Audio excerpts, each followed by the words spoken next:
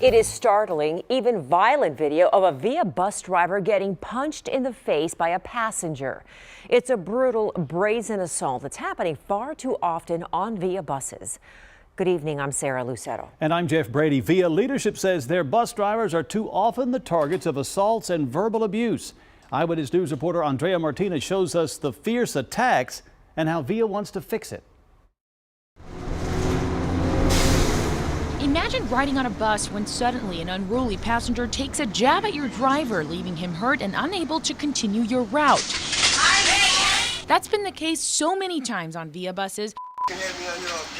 This incident happened back in February. The video shows the suspect using foul language, harassing and threatening the driver. I knew where the I was going, dude. You can see the man punches the driver, then takes off.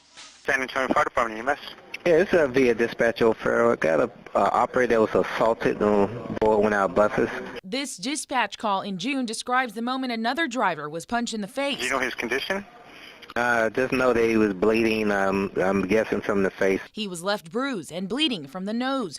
Also in June, and detailed by this report, a passenger pulls out a knife on a driver. That's the same driver who was assaulted earlier this year. Juan Amaya is the president of the local Amalgamated Transit Union. He says he's aware of 14 assaults on Via buses this year alone.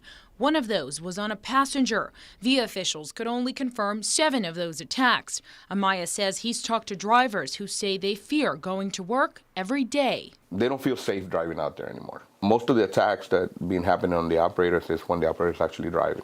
These concerns have been brought to the attention of Termel Brown. He's the vice president of safety, training, and security at Via. A very common topic right now among all transit agencies and their labor unions is the operator assault conversation. In response to these assaults, transit agencies across the country are trying out operator cues. They're essentially a clear shield like this one meant to protect the driver from the passengers. Via has already installed these in 9 buses as part of a pilot program.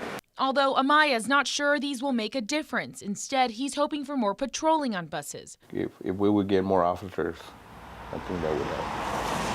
But Brown says Via's partnership with SAPD is enough. He says there have already been some safety improvements, like an increased amount of uniformed officers on routes. As for those clear shields, Via is getting feedback from passengers and drivers about their efficiency. No word yet if they will be installed on more buses. Small improvements in the right direction to prevent a bus ride turning into a crime scene. Andrea Martinez, KENS 5, Eyewitness News.